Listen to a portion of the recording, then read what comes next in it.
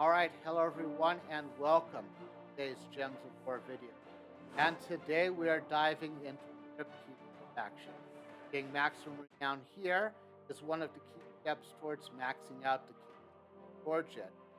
If you're working on your Ice Kingdoms, Gorge Edge sits right alongside Glacial Peak and Leonis Empire as your earliest priorities. But before we get into the strategy, a quick reminder: don't push for Pure Faction 500 until Swords Edge reaches level 4. That kingdom level unlocks the stats you need to make Pure Faction much smoother. So in this guide, we'll be breaking down all 6 groups recommended Pure Faction team, whether the faction weapon is worth your investment, how to navigate both the regular and deep delve maps, and the best ways to stats without wasting gold or treasure tree. Let's get Crypt Keepers has a very good amount of Gorge Edge because half of it are knights. Also keep in mind that every true faction has the Undying trait, meaning they are immune to poison, disease, canthropy, and deathmark. So let's go through them troop by troop, starting with Lady Morana, faction's legendary and absolute MVP troop. She deals single target damage, but more importantly, she has a 10% lead kill chance, boosted by 2% for every purple gem on the board. Also takes 65% less skull damage and steals 2 attack from the first enemy whenever you match 4 or more gems. Overall, she is your win condition. Everything else on your team should be there to support her. The Crypt Hound drains 7 mana from a chosen enemy and then randomly applies Deathmark, Silence, or Curse to the entire enemy. Crypt Keepers troops cannot be Deathmarked, but Silence and Curse can really slow them down.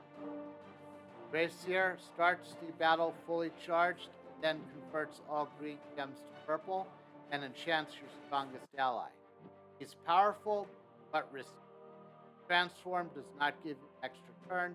You'll be handing the board over to the enemy. Crypt Bound White eliminates up to 14 armor and then creates 5 and 12 purple gems, depending on how much armor was removed.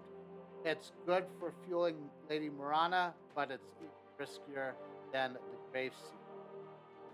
Spectral Knight deals true damage, and that damage is doubled if the enemy has a negative status. This pairs beautifully with it. And Nightshade creates a dark storm and randomly diseases or stuns all enemies. Very useful support. I personally prefer the. So the recommended Pure Faction team is right here on the left side of the screen. It is also in the description below. We have 2 copies of Lady Morana, Spectral Knight, and Crypt Hound. First of all, you absolutely should have 2 Lady Moranas, as if you only bring 1 and she dies, your run is effectively over. If you have 2 copies, that can give you a second chance. And I recommend putting them in the first slots so that she uses the attack points that she kills, tanks with her 65% skull damage reduction, and most importantly, has first dibs on any red or mana that you. As far as her spell, cast it early and cast it often. You only need 5 purple gems on the board to double her kill chance, and more likely than not, you'll get even more than that. Crypt Hound can slow the enemy down with mana drain, and Silence and Curse will set up your Spectral Knight to double damage. I think of this more as a change-up more than a spell DPS, but once enemies are silenced or cursed or otherwise have a negative status effect, he hits extremely hard. Now you might be wondering, why did I pass on Grave Seer? Grave Seer is a popular choice because he is empowered, but he's only good when his transform gives an extra turn. Granted, you will know exactly which gems are going to switch from purple, but you'll only want to cast this when such a conversion will give you a match of 4 or more gems. And when that happens, you're basically matching out purple gems that you want to put on the board for Lady Morana. But fortunately, there is a workaround for you, because he will be on the enemy's team, and the AI will cast him recklessly, flooding the board with purple, not always getting an extra turn, and just passing it over to you, which is great for your Lady Morana. So for that reason, you don't really need the Grave Seer on your team. As far as elite levels, elite gold is not required for any faction. Spectral Knight can get a bit of magic, which will allow him to do more true damage. Lady Morana gets more durability. Crypt Hound doesn't really get much at all. Let's move on to the faction weapon, which is Crypt, and you get this weapon during a Crypt Keepers faction assault event or crafting it in Soul Forge during the event. Is it important? Not really. Almost never relevant inside Sword Edge team. It is sometimes useful in undead restricted teams, but even then, it's not a must-have. Would say pick it up if you want a collection. Don't stress if you miss it. Alright, so let's talk about the two delve maps next. The regular delve for the Ancient Crypt has a simple layout. You only need to clear the starting room, the center room, and the level 6 room. That's it. Deep Delve adds a treasure room directly south of level 1. But otherwise, the path is identical.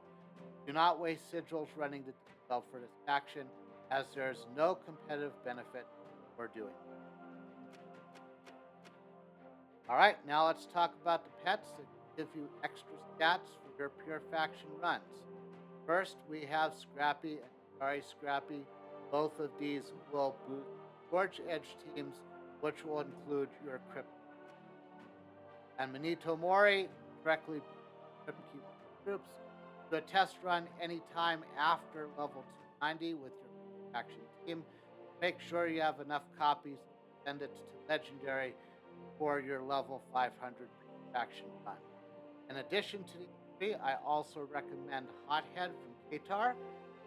This pet boosts all undead teams, gives your pure faction +3 magic when it is maxed. As for when you should run your pure faction 500, I mentioned earlier that you should have Sword Edge at level 14. All three of the pets, the Crappies and the Hothead, should be at level 20. And I would recommend that you hoard around level 150 per faction, and then just wait unless you hit the wall. I would, if you do hit a wall, I would consider boosting Scorch Edge first, either level 17 or level 19 for the 25% faction towards stat jumps, or sink additional gold into the treasure hoard. Also remember that Swords Edge does get its maximum boost at level 18, and that affects the that you get from the pets. Overall, you don't have to overspend early. This faction can be manageable even at Horde level 150. And that's the full strategy for Crypt Keepers faction. To recap, Lady Morana is your key to victory and bring copies. Crypt Hound will help you control the enemy troops, do true damage with Spectral Knight against any enemies with negative status. But Lady Morana is the key. So if she's ready to go, she's ready to go. Aside from that, ignore the Deep Delve, boost Swords Edge Kingdom and your pets before raising your horde, and good luck. If you enjoyed this video, please like, subscribe to this channel, and or follow me on Twitch if you'd like to see more of my content. And in the comments below, let me know what you thought of my Pure Faction team or Crypt Keepers faction in general. I'll see you in the next video.